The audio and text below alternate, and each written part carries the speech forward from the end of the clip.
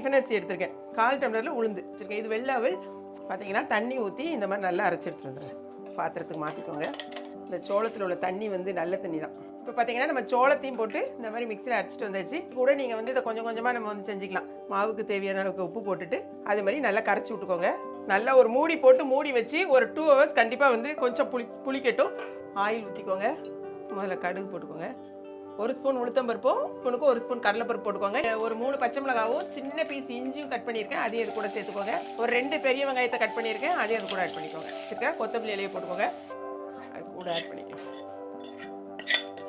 கொஞ்சமாக எண்ணெய் ஊற்றிக்கலாம்.